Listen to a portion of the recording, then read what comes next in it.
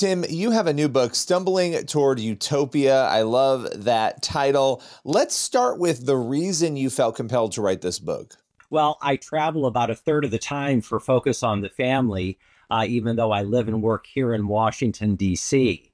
And everywhere I travel, whether I'm speaking to a liberal audience, a conservative audience, a non-ideological audience, eventually someone raises his hand and says something like, how in the world do we get into this mess?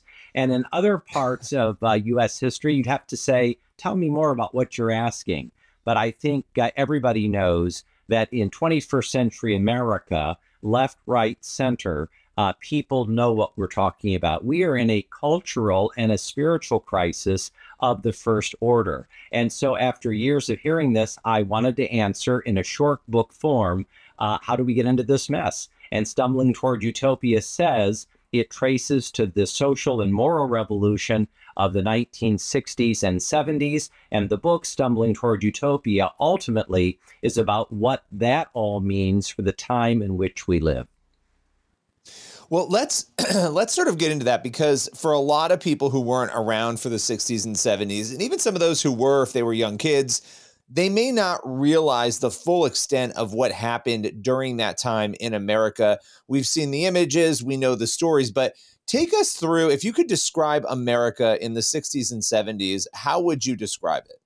I love that question because, we use the phrase American Revolution. We should continue to do that. But when you read about the American Revolution, you learn pretty quickly it really was not very revolutionary. It was in many ways a conservative revolution, not true of the 1960s. America experienced its greatest convulsion spiritually, culturally, educationally, all across the board, politically, legally, educationally, in the 1960s and 70s. And it was propelled by progressive utopians. They didn't like the United States of America. They didn't like our Constitution. They're uncomfortable with our history, and they wanted to create a new America. And in the 1960s, that's precisely what they set out to do. And unfortunately, as we arrive in 21st century America, we are living with the malevolence of what they imposed upon our country.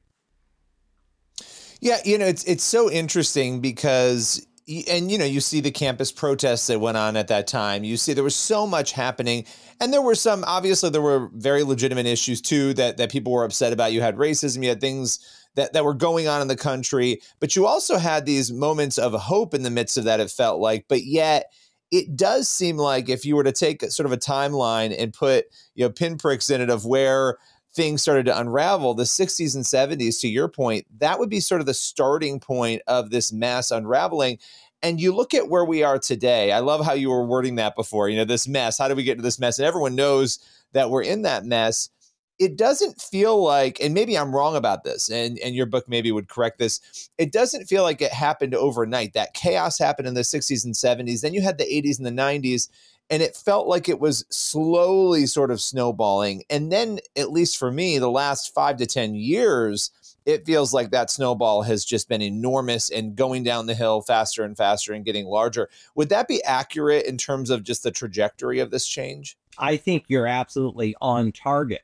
And, I am by nature a bottomless optimist. And as I say in Stumbling Toward Utopia, despite the mess, I believe that the best days for our great country are ahead of us. And I actually think in large measure, they are better for us because we are already witnessing the seedlings of regeneration and renewal that are coming, to fruition. I think it's very, very exciting. Whether it's the trans debate, whether it's the school choice debate, charter schools, all of a sudden we have good movies, good television, good music.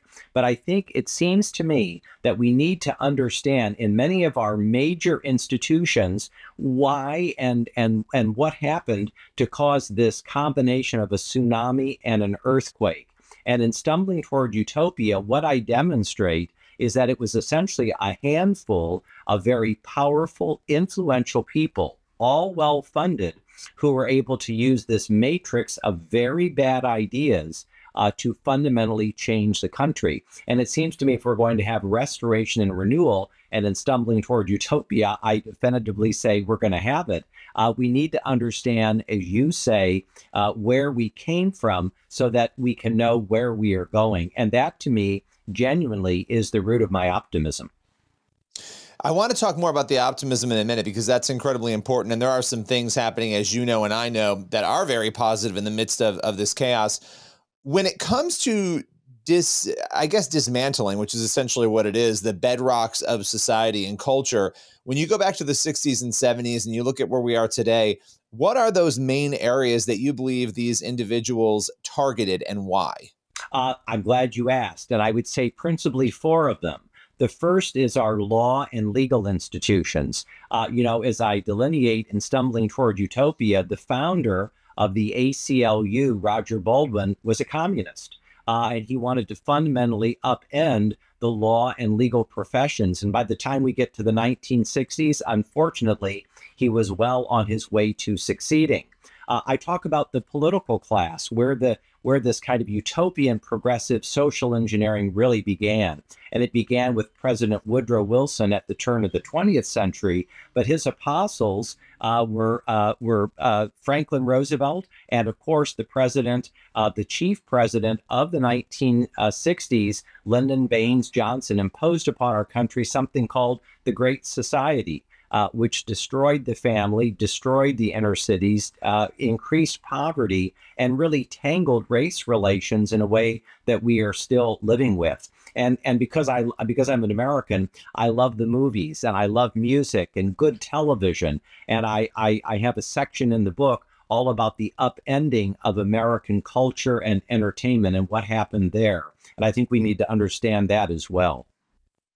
Yeah, I mean, it really, I wrote a book a few years ago back in 2016 called Faultline, and Faultline looked at Hollywood, media, and universities, the three areas where you learn outside of churches, right? If you're not taking your kids to church, if you're not going to church, these are the areas, not just universities, but school in general, where people are learning. And it feels like all three of those have been co-opted by the forces you're talking about. And for a long time, people have said this, right? They've said this is happening. Conservatives and Christians have complained about it.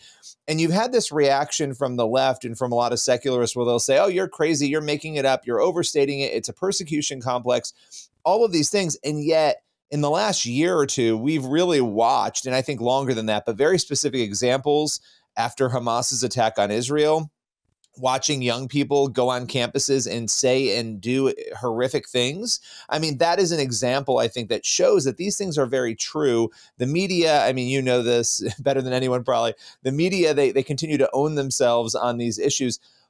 Do you think that was intentional, Hollywood, media, universities, those three areas? I do indeed. And I'm really thrilled that you raised this. A very great senator once said that everyone is entitled to his own opinions, but not everyone's entitled to his own facts. And in Stumbling Toward Utopia, I go back and look at the facts. I'm an Abraham Lincoln man. You can't just assert it, you have to demonstrate it. And what I show definitively, and specifically regarding your great question, I show how, for instance, many of the American churches were overtaken in the 1960s and 70s. I actually have an entire chapter in Stumbling Toward Utopia, which demonstrates, illustrates, and shows how biblical orthodoxy, biblical Christianity, very often in the old Protestant mainline, which was so influential for so many years, that orthodoxy was removed. And what was put in place in the 1960s and 70s, for instance, was a kind of social justice mishmash of progressive heterodoxy. And that became, in part, the so-called new American progressive Christianity. It was a very destructive series of choices, which also went like a tsunami through so many of our best seminaries. And it seems to me that the church is strongest when it's the church. And I think we are in an era where we need acts of recovery because we need the church involved in the public square more than ever. I'm a very serious Christian, and I can honestly say, after 35 years in Washington, in the working in the two of the three branches of government for a very long time, now focus on the family. We need a strong church and a rising generation of Christians to be involved in the public square and in culture. We need to engage as never before. Well, and look, we know the numbers are not great when you look at the stats about Christianity and faith in America, but at the same time, not all the numbers are bad, because what I think has happened is all this confusion that was so decades ago that has really come to fruition in the gender discussion. I mean, we're watching the spoils of all of this, sort of the rotten spoils of all this kind of come to fruition in front of us. But at the same time, what are you seeing, right? Because it feels like in the midst of this chaos, something else positive is happening. So talk a little bit about, from your perspective, why you have hope and what you see unfolding there. Well, I'm very hopeful. In fact, I'm an inveterate hopefulist. Christ is risen. But I must say, I have a lot of progressive friends here in Washington. And I was speaking with three members of the House of Representatives who do not share really my or our worldview much at all. But I was speaking with them in the last 2 weeks. And on the issue, for instance, of trans, they have really come around. Why is that? It's not the result of the election. And they're disappointed about the recent election. The reason that they have changed sides on this is that they are fathers of little people. They are fathers of girls. And they have said things like, I don't want boys playing in girls' sports. I don't want men playing in women's sports. And it goes on and on. One of them shared with me that there was that moment in the recent Olympics where a woman, a boxer, was boxed in the face by a man saying that he was a woman. Everybody can have their opinion, in the Senate or House lounge or academic lounge, but it's another thing when it's your daughter. And I think that this kind of corollary, Billy, can be applied in a host of ways culturally. I think people are waking up. They are revisiting the tenets of DEI and wokeism, and they've said, by and large, enough with Wokistan. We don't want to live in that place anymore. Well, and, because something that's well-intentioned isn't always a good thing. And a lot of people, they have well-intentioned ideas and thoughts about what they think would be better. Hence, utopia, right? This idea that we can achieve this thing that isn't really achievable. And you try to get there with all these different means that don't quite make sense. And you end up sometimes in a very negative space. And I think that's what we've seen with our culture. And so a lot of people are asking this question. They're saying, okay, well, is America done? Is America finished? Or can we rebuild this American dream? Can we withstand and hold what we've had and build it better?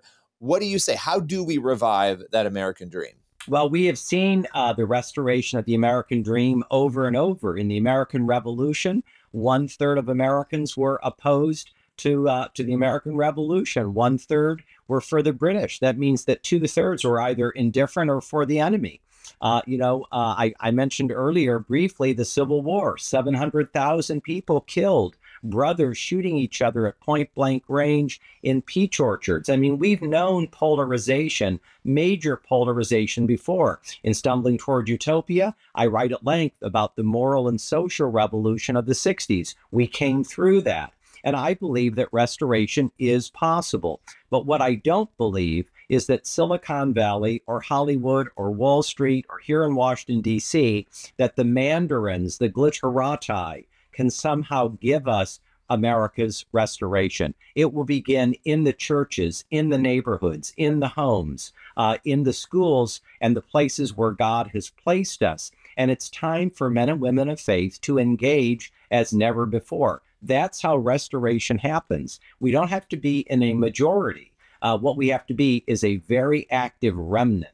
Remnants change things. And I believe that we're in that period of time. I think we're at an inflection point, and we have the ability to move forward in another way. And I think we're going to see it.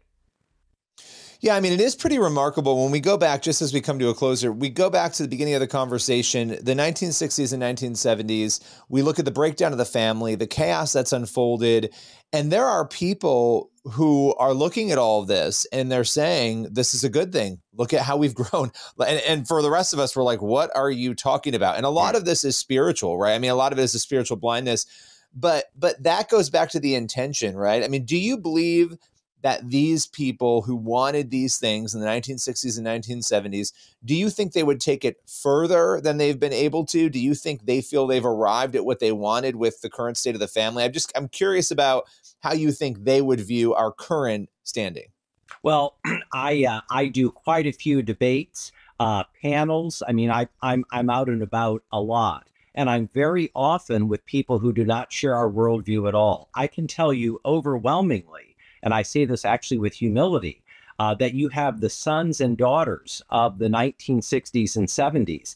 And at the same time that they are sort of prosecuting their worldview, when you get to know them personally, you realize that there is a remarkable amount of hollowness, loneliness, and sadness, in their worldview.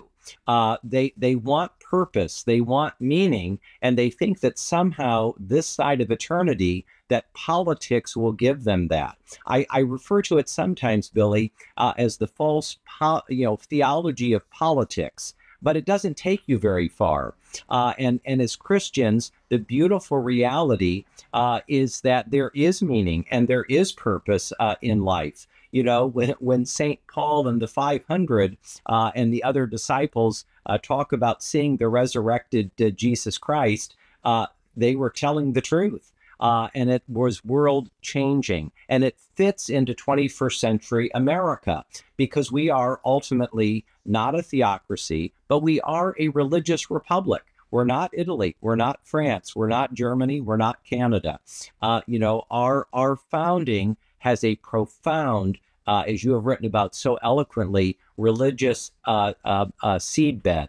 And I believe that we're going to see the germination, in this next generation, because this generation of rising young people, they've lived through a lot of brokenness and unevenness. And it seems to me, Billy, that they no longer want inverted reality. They want reality. And I think that there is a way forward for them, and the church has a huge role to play. Yeah, well, the idea that this generation, the younger generations, they value authenticity. And so Yes. when you realize that you've been lied to repeatedly again and again and again, that these things you've been sold are actually not true, that quest for authenticity, I think, comes together. And you have young people getting baptized in the backs of trucks on campuses. You have young people waking up in droves. People can debate about whether it's a revival or not all they want. But the reality is this is happening around the country, not just on campuses. It's happening everywhere. And I think we're going to see more of it as the lies continue, because the lies will not stop. The lies will continue. But I think what will also continue will be the waking up. And I appreciate you joining us today. The book is Stumbling Toward Utopia. You can grab it wherever books are sold. Thanks for your time today. Thank you, Billy. What a pleasure. Every blessing.